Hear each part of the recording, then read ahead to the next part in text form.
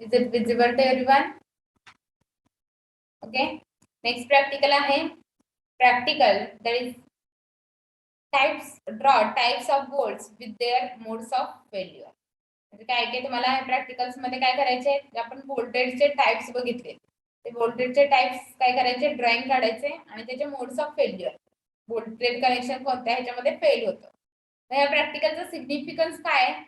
In actual practice, the various elements of steel structure like tension member, compression member, flexural members are connected by fasteners. म्हणजे त्याला आपण connectors पण म्हणतो. बरोबर आहे.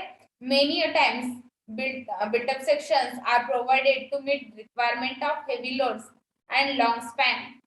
Such sections also need to connect it together to act as a unison as a one unit. म्हणजे काय की आपण जे कनेक्शन प्रोव्हाइड करतोय ते कशासाठी प्रोव्हाइड करतोय, तर ते बिल्डिंगने काय करायचंय, ऍज अ युनिट म्हणून ऍक्ट व्हायला पाहिजे. ज्यावेळेस ते ऍज अ युनिट म्हणून ऍक्ट होतात त्यावेळेसच ते त्याचं जे लोड ट्रान्सफर मेकॅनिझम आहे ते प्रॉपरली फॉलो होणार आहे. म्हणजे काय, beam to column, slab to beam, beam to column, column to footing, असे जे लोड ट्रान्सफर मेकॅनिझम आहे ते काय होतं, इझिली फॉलो होतं. आणि त्या कंडिशन मध्ये ते काय होणार आहे, ते दोन मेंबर्स आपल्याला कनेक्ट करायला लागणार आहे बायझिंग फास्टनर्स. ते फास्टनर्स म्हणजेच काय, कनेक्टर्स. म्हणजे आपण जे बोल्टेड कनेक्शन आहे, वेल्डेड कनेक्शन आहे, ते कशासाठी यूज करतोय, तर त्याच्यामध्ये जॉईंट्स प्रोव्हाइड करण्यासाठी. आणि जे लोड्स आहेत ते loads easily first member to second members काय व्हायला पाहिजे, ट्रान्सफर व्हायला पाहिजे. ठीक आहे. Only properly connected and detailed members and connections can transfer the forces safely from the top to foundation. Different types of fasteners available for making continuous as a rivets, bolts, pin, belts. Today, steel structure are constructed with bolting. In the past couple of decades, high strength bolts are become more popular and replaced rivets and have been rendered then obsolete.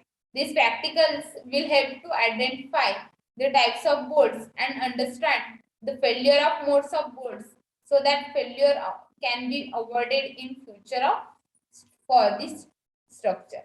म्हणजे काय की ह्या practicals मध्ये तुम्हाला काय शिकायचं आहे, का शिकायचं आहे, डिफरंट टाइप्स ऑफ बोल्ट्स किंवा त्याचे मोड्स ऑफ फेल्युअर. अगोदरचे पास्ट जे होतं त्याच्यामध्ये काय केलं होतं, हाय जे स्टील स्ट्रक्चरचे कनेक्शन्स आहेत त्याच्यामध्ये बोल्टिंग यूज केलं जात होतं. बरोबर आहे. आपण रिवेट कधी प्रोव्हाइड करतो किंवा वेल्डिंग कनेक्शन कधी प्रोव्हाइड करतो, ज्यावेळेस आपल्याला ते स्ट्रक्चर परमनंट, म्हणजे त्या तो जो कनेक्शन आहे ते परमनंट कनेक्शन द्यायचं असेल तर त्या कंडिशन मध्ये आपण काय करू शकतो, वेल्डिंग कनेक्शन देऊ शकतो. पण आपल्याला फ्युचर मध्ये ते रिमूव्ह करायचंय स्ट्रक्चर, मग आपण बोल्टिंग कनेक्शन इझिली रिमूव्ह करू शकतो. ठीक आहे. त्या कंडिशन मध्ये आपल्याला कोणत्या टाइपचे कनेक्शन यूज करायचे हे ठरवायचंय. ठीक आहे. आणि अगोदर काय केलं जात होतं, हाय स्ट्रेंथ बोल्ट हे मोर पॉप्युलर होते, त्याच्यानंतर ते रिप्लेस होऊन त्याच्या जागेला रिवेट्स आले किंवा त्याच्यानंतर बोल्टेड कनेक्शन सुद्धा यूज केले जात होते. मग या टाइप्स ऑफ बोल्ट्स किंवा त्याच्या मोड्स ऑफ फेल्युअर नुसार तुम्हाला याचा स्टडी काय करायचं आहे की त्याच्या मोड्स ऑफ फेल्युअर बोल्टिंग कनेक्शनचं कुठं होतं किंवा कोणत्या काय रिझन्स आहेत त्याचे बोल्टेड कनेक्शनचं फेल्युअर होण्याचे. मग फ्युचर मध्ये तुम्ही काय करू शकता, ते अवॉइड करू शकता. ठीक आहे. That is the only practical significance of this practical. Okay. This practical is expected to develop following skills of industry identified competency, that is proper selection of type of build, type of bolt for the various situations and understand their failure of modes. म्हणजे काय, ह्या practical मध्ये तुम्हाला कोणते practical skill develop करायचे की जे आपण जे टाइप्स ऑफ बोल्ट शिकतोय किंवा त्याचे मोड्स ऑफ फेल्युअर शिकतोय, तर त्याच्यामध्ये आपल्याला कुठे कोणत्या सिच्युएशन मध्ये बोल्टचं फेल्युअर कसं होणार आहे, किंवा एका टाइपचा तुम्ही जॉईंट क्रिएट केलेला असेल वेल्डेड, तर तो जो वेल्डेड जॉईंट आहे किंवा तिथला जो बोल्ट आहे तो कसा फेल होणार आहे त्याचं तुम्हाला नॉलेज आलं पाहिजे. म्हणजे understand their failure modes. Also वेगळ्या डिफरंट सिच्युएशन्स असतील तर त्या डिफरंट सिच्युएशन मध्ये तुम्हाला बोल्टेड कनेक्शन कुठे यूज करायचंय, कोणत्या टाइपचं यूज करायचं आहे, त्याचा स्टडी तुम्हाला कशामध्ये करायचा आहे, in this practicals. Okay. Next बघा, ह्याच्यामध्ये बोल्ट म्हणजे काय, बोल्ट म्हणजे काय, एक मेटल पिन आहे आणि त्याच्यामध्ये एक एंडला काय, आपण एक एंडला काय म्हणतो, हेड म्हणतो आणि सेकंड एंडला काय म्हणतो, शँक म्हणतो. शँकचा जो एरिया आहे तो कशासाठी असते, तो थ्रेड केलेला असते. थ्रेडेड केलेलं असते म्हणजे काय केलेलं असते, तिथला जो एरिया आहे तो 22% न रिड्यूस केलेला असतोय, बरोबर आहे. आणि 22% न रिड्यूस कशासाठी केलेलं असते, तर तुझं नट आपण बसवणार आहे, बरोबर आहे. टू रिसीव्ह अ नट म्हणजे काय, बोल्टची डेफिनेशन सांगताना तुम्हाला बोल्ट म्हणजे काय, that is a metal pin. A bolt may be defined as a metal pin with the head at one end and shank threaded at the other end to receive a nut. That is called as a bolt. Okay, clear आहे. what is mean by bolt? Bolt म्हणजे काय, एक metal pin आहे ज्याच्यामध्ये एक end आहे तो काय, हेड पोर्शन आहे. सेकंड एंड आहे तो काय आहे, शांक आहे. पण शांक कसा आहे, थ्रेडेड पोर्शन आहे शांक. आणि तो कशासाठी थ्रेडेड पोर्शन दिलेला आहे, तर to receive a nut, that is the bolt. Next आहे types of bolt. Types of bolts मध्ये जे कॉमनली क्लासिफिकेशन केले आहे ते मेनली 2 टाइप्स मध्ये केले जातं. Unfinished bolts, ordinary bolts, common bolts, rough bolts, black bolts. हे काय आहे की कॉमनली क्लासिफिकेशन केलेलं आहे कशाचं, बोल्टचं. मग हे ऑर्डिनरी बोल्ट असू द्या, अनफिनिश्ड बोल्ट्स असू द्या, की रफ बोल्ट असू द्या, ब्लॅक बोल्ट असू द्या, अरे काय, these are made up from mild steel rods with hexagonal or square head. त्याच्यामध्ये जे त्याचा हेड पोर्शन आहे तो एकतर हेक्सागॉन असतोय किंवा स्क्वेअर असतोय, ठीक आहे. आणि तो कशापासून, कोणत्या टाइपच्या ग्रेड पासून तयार केलेलं असते, स्टीलच्या माइल्ड स्टील म्हणजे Fe250. हे ग्रेड कशासाठी यूज केलं जातं, unfinished, ordinary, commonly, common bolts, rough bolts और ब्लॅक बोल्ट्स मॅन्युफॅक्चर करताना तुम्ही कोणत्या टाइपच्या ग्रेडचं स्टील यूज करणार आहे, तर Fe250. Fe250 ग्रेडलाच माय स्टील म्हटलं जातं, ठीक आहे. आणि त्याचा जो हेड पोर्शन आहे तो हेड पोर्शन एकतर हेक्सागोनल असतो किंवा स्क्वेअर असतो. These are used for the light structure subjected to static load for secondary members such as purlin, bracing, rough trusses, etc. आपण जे अनफिनिश्ड बोल्ट्स हे ऑर्डिनरी रफ बोल्ट्स आहेत, ब्लॅक बोल्ट्स आहेत, त्याचा जो यूज कुठं करणार आहे, तर जे असे डिफरंट लाईट स्ट्रक्चर आहेत म्हणजे ज्याच्यामध्ये हेवी लोडिंग कंडिशन नाहीये, स्टॅटिक कंडिशन आहे, म्हणजे काय की नंबर ऑफ टाइम्स तो तिथला जो लोड आहे तो चेंज होत नाही, किंवा सेकंडरी मेंबर्स आहेत. मग सेकंडरी मेंबर्स मध्ये पर्लिन्स असू द्या, ब्रेसिंग असू द्या किंवा ट्रसेस असू द्या, तर त्या कंडिशन मध्ये तुम्ही काय करू शकता, unfinished bolts, ordinary bolts, rough bolts याचा यूज करू शकता, ठीक आहे. They are not recommended for connection subject to impart load, vibration etcetera. म्हणजे काय की अनफिनिश्ड बोल्ट्स असू द्या किंवा त्याला काय म्हटलं जातं, कॉमन बोल्ट्स, ऑर्डिनरी बोल्ट, हे ज्या कंडिशन मध्ये तुम्हाला म्हणजे तिथं इम्पॅक्ट लोड असेल किंवा व्हायब्रेशन लोड असेल, तर त्या अशा स्ट्रक्चर साठी तुम्ही काय करू शकत नाही, अनफिनिश्ड बोल्टचा यूज करत नाही. जिथं स्टॅटिक लोड कंडिशन आहे, स्टॅटिक लोड म्हणजे काय, ते स्टेबल लोड आहे, जास्त बेरिंग नाही. इम्पॅक्ट लोड म्हणजे काय असतो, जर आपण एखादं मशीन्स आहे, बरोबर, आपल्या ज्या सीटीएम मशीन असू द्या, यूटीएम मशीन असू द्या किंवा इम्पॅक्ट टेस्टिंग मशीन असू द्या, त्याच्यामध्ये काय होतात, व्हायब्रेशन्स क्रिएट होतात. आपण लोडिंग, आपण प्रॅक्टिकल जसे परफॉर्म करतो तसे व्हायब्रेशन्स त्याच्यामध्ये डेव्हलप होतात. मग ते व्हायब्रेशन्स लोड असू द्या किंवा डायनॅमिक लोड म्हणतो, मग त्या डायनॅमिक लोड साठी, इम्पॅक्ट लोड साठी जिथे येणार आहे त्या कंडिशन मध्ये त्या स्ट्रक्चर साठी आपण अनफिनिश्ड बोल्ट्स किंवा कॉमनली युज्ड बोल्ट्स यूज करू शकत नाही. का, कारण त्या कंडिशन मध्ये ते बोल्ट्स काय होतात, फेल होतात, ठीक आहे. नेक्स्ट टाइप ऑफ बोल्ट्स काय आहे, high strength bolt. High strength bolt काय, these are made up from the bars of medium carbon heat treated steel and from the alloy steel. These bolts have tensile strength several times that of ordinary bolt. Due to their high tensile strength as compared to the black bolt, few members of bolts are required for making connection. High strength bolts are most suitable for the bridges, seismic loads, for fatigue load, etc. बघा, high strength accept आपण काय करत होतो, unfinished bolts कशाचा तिथं कुठे use करत नव्हतो, व्हायब्रेशन लोडिंग किंवा इम्पॅक्ट लोडिंग येते अशा कंडिशन मध्ये आपण काय करत होतो, अनफिनिश्ड बोल्टचा यूज करत नव्हतो, बरोबर आहे. त्याच्याऐवजी आपण कशाचा यूज करू शकतो, हाय स्ट्रेंथ बोल्टचा यूज करू शकतो.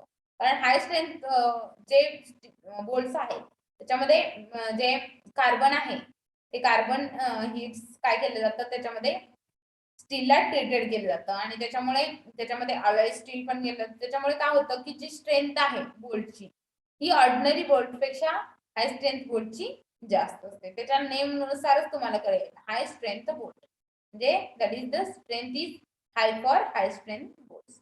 ऑर्डिनरी जे बोल्ट्स आहेत त्याच्यापेक्षा सेव्हरल टाइम्सने काय असणार आहे हाय स्ट्रेंथ बोल्टची स्ट्रेंथ असणार आहे. म्हणजे काय की ज्या कंडिशन मध्ये तुम्हाला नंबर ऑफ कनेक्शन्स प्रोव्हाइड करायचे किंवा हाय जिथं टेन्साईल स्ट्रेंथ आहे तर त्या कंडिशन मध्ये हाय स्ट्रेंथ बोल्टचा यूज करू शकता. आणि हे ब्रिजेस मध्ये असू द्या किंवा सेस्मिक लोडिंग कंडिशन मध्ये असू द्या आपण काय करू शकतो हाय स्ट्रेंथ बोल्टचा यूज करू शकतो. These are the types of bolts. हे काय की कॉमनली क्लासिफिकेशन्स केले. मग त्याच्यामध्ये आपण सिलेबस मध्ये पण डिफरंट टाइप्स बघितले. तर तुम्हाला प्रॅक्टिकल्स मध्ये is related with unfinished bolts and high strength bolt. Okay. Next आहे modes of failure of bolt. म्हणजे काय की जे बोल्ट आहे ते जे फेल्युअर कसं होतं what are the reasons of failure of bolt. First one is the shear failure of bolt. Shear failure मध्ये कसं होतं जे शियर फेल्युअर होतं तर शियर फोर्स असतो तो काय असतो जे पॅरलल एजेस आहेत त्या पॅरलल एजेस वरतीच अप्लाय होतो. ठीक आहे. मग बघा when two plates slips due to the applied force the maximum factor shear force in the bolt exceeded nominal shear capacity of the bolt. Shear failure of bolt may be takes place. It takes place at the bolt shear plane. म्हणजे काय की जो shear plain आहे त्या shear plain वरती shear failure of the bolt होतं. हे shear failure कशामुळे होतं तर जो अप्लाइड फोर्स आहे ज्यावेळेस दोन प्लेट्स असतील त्या दोन प्लेट्स ह्या अप्लाइड फोर्स असू द्या किंवा मॅक्झिमम शियर फोर्स जर एक्सीड झाला म्हणजे काय की nominal shearing capacity of plate किती आहे आणि मॅक्झिमम शिअर फोर्स किती आलाय म्हणजे काय की जर जास्त आला तर त्या कंडिशन मध्ये काय होतात त्या प्लेट्स काय होतात स्लिप होतात आणि त्या कंडिशन त्यामुळे काय होतं जे बोल्ट आहे ते बोल्ट काय होतात फेल होतात. नेक्स्ट आहे bearing failure of bolt. Bearing failure हे जास्त करून जे हेवी स्ट्रेसेस आल्यामुळेच होतं. बघा the plates be strong in bearing and heaviest stressed plate may be press bolt shank. The bolt crushed around the half circumference. म्हणजे काय की बघा आता जर बेरिंग फेल्युअर कशामुळे होतं जर लोडिंग कंडिशन म्हणजे हेवी लोडिंग कंडिशन आल्यामुळे काय होतं बेरिंग फेल्युअर ऑफ बोल्ट्स होतं. म्हणजे हेवी लोडिंग कंडिशन मध्ये काय होतं ते बोल्ट काय होतात क्रश होतात जास्त लोड आल्यामुळे. ठीक आहे. नेक्स्ट आहे टेन्शन फेल्युअर. टेन्शन फेल्युअर मध्ये काय टेन्साईल फोर्स आल्यावरती जो स्ट्रेस बोल्ट वरती निर्माण होतो आणि टेन्साईल फोर्स मुळे ते जे बोल्ट्स आहेत ते काय होतात फेल होतात due to tensile force that is tension failure of the bolt. Okay. अशा टाइप मध्ये तुम्हाला शियर फेल्युअर असं दिसेल. म्हणजे काय की फर्स्ट प्लेट काय होणार आहे त्याचे फोर्स जो अप्लाइड फोर्स आहे तो कोणत्या डायरेक्शनने ह्या डायरेक्शनने. सेकंड प्लेटचा जो अप्लाइड फोर्स आहे तो कोणत्या डायरेक्शनने अपोजिट डायरेक्शन इक्वल आणि अपोजिट. म्हणजे ही प्लेट अप्लाइड फोर्स मुळे ही प्लेट टॉपची जी प्लेट आहे ती ह्या डायरेक्शन मुळे मूव्ह होते आणि सेकंड त्याच्या अपोजिट डायरेक्शन मुळे मूव्ह होते. मग स्ट्रेसेस कुठे कुठे कुठे येणार आहे बोल्ट वरती येणार आहे. त्याच्यामुळे हे बोल्ट आहेत ते काय होतात फेल होतात. बघा अशा टाइप फर्स्ट कसे कंडिशन्स असणार आहे ज्यावेळेस तुम्ही लॅब जॉईंट बघता. पहिल्यांदा बोल्ट असं असणार. हा जो खालचा पार्ट आहे तर शांक एरिया आणि टॉपचा जो पार्ट आहे हेड एरिया. बरोबर आहे. फर्स्ट प्लेट इकडे मूव्ह होते सेकंड प्लेट त्याच्या अपोजिट डायरेक्शन मुळे इकडे मूव्ह होते त्याच्यामुळे ही प्लेट काय होणार आहे इकडे सरकणार आहे. म्हणजे ते बोल्ट आहे हा हेडचा पार्ट काय होतो आणि हा शांकचा पार्ट काय होतो इन शियर प्लेन मध्ये फेल होतो. That is the shear failure of the bolt. Okay. Clear आहे. शियर फेल्युअर कसं होतं क्लिअर आहे. ड्यू टू अप्लाइड फोर्स ज्या प्लेट्स आहेत त्या प्लेट्स काय होतात त्याच्या अपोजिट इक्वल आणि अपोजिट डायरेक्शन मध्ये मूव्ह होतात त्याच्यामुळे हेड पोर्शन आणि शांक पोर्शन काय होतो वेगळा होतो आणि त्यामुळे that this failure is non as the shear failure of the bolt.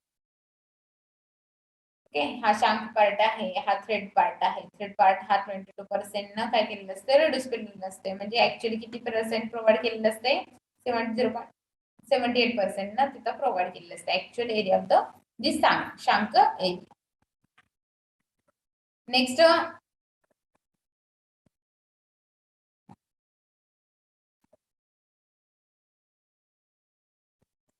समजते का तुम्हाला शेअरिंग फेल्युअर कसं होतं?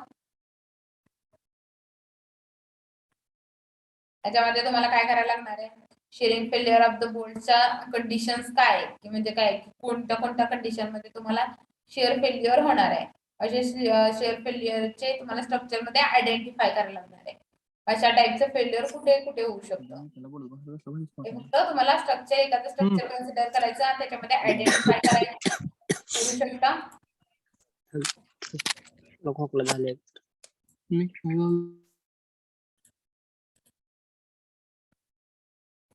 आयडेंटिफाय करा आणि त्याच्यानुसार हे आन्सर आहेत, ते answers you can write down here. म्हणजे काय different modes of failure of the bolts, म्हणजे बोल्ट्स फेल्युअर कोणते मोड्स आहेत, shear failure modes, bearing failure of bolt, next tensile failure of the bolt, next material use for making high strength bolts. High strength bolt साठी कोणतं material use केलं जातं, जसं आपल्या material use for the black bolt साठी Fe250 ग्रेडचं आपण mild steel use करतो, बरोबर आहे. तसंच जे हाय स्ट्रेंथ बोल्ट आहे सेकंड टाइप, ते हाय स्ट्रेंथ बोल्ट तयार करण्यासाठी आपण कोणतं मटेरियल यूज करतो, तर medium carbon with alloy steel. Okay, alloy स्टीलचा यूज करतो आपण हाय स्ट्रेंथ बोल्ट मॅन्युफॅक्चरिंग करताना.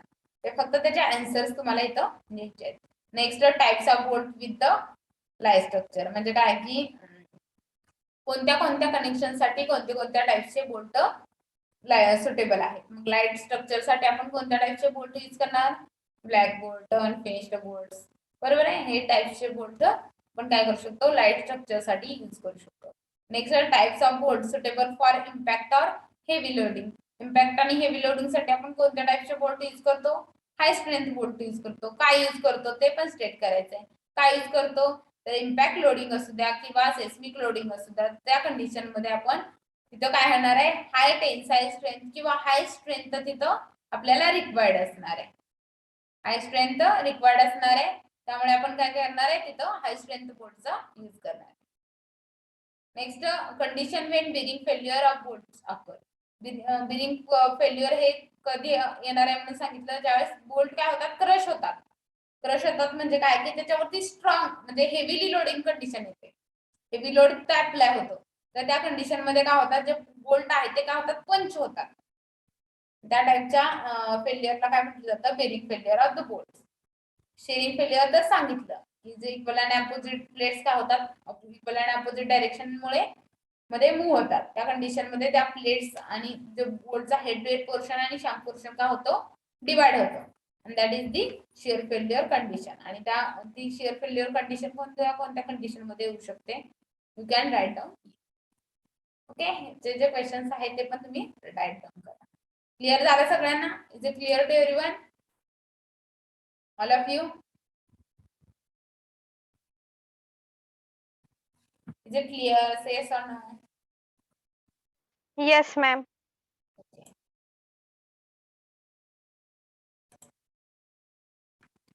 ठीक आहे, कुणाला काय डाउट्स असतील तर विचारा. फर्स्ट प्रॅक्टिकलचं आहे त्याची लिंक पण तुम्हाला शेअर करते. You can upload their practical number first and second also after 2 to 3 days. Second practicals also you can upload in Google classroom. Google classroom वरती लिंक शेअर करते प्रॅक्टिकल्स अपलोडिंगचे, तुम्ही तिथे पण अपलोड करू शकता. डेट वाईज एक्सपेरिमेंट अपलोड करा, तरच तुम्हाला त्याचे टाइमचे मार्क भेटतील. टाइमचे मार्क म्हणजे तुम्हाला माहिती आहे असाइनमेंट मध्ये प्रेझेंटेशनचे मार्क असतात, प्रेझेंटेशन हँड रिटन कसं आहे किंवा टाइमली सबमिशन, त्याच्यानुसार तुम्हाला असाइनमेंटचे मार्क दिले जातात.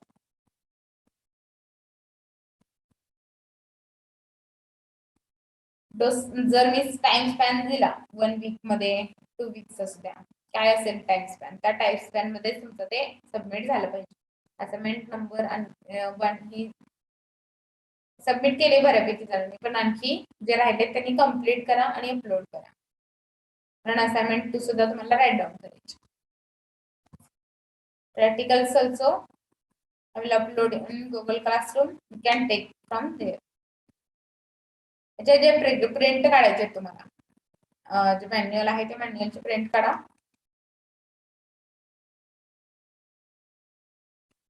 नंतर अपलोड करा one by one. Can we stop here? If any of you having doubts, then you can ask. If not, then I will stop. Okay.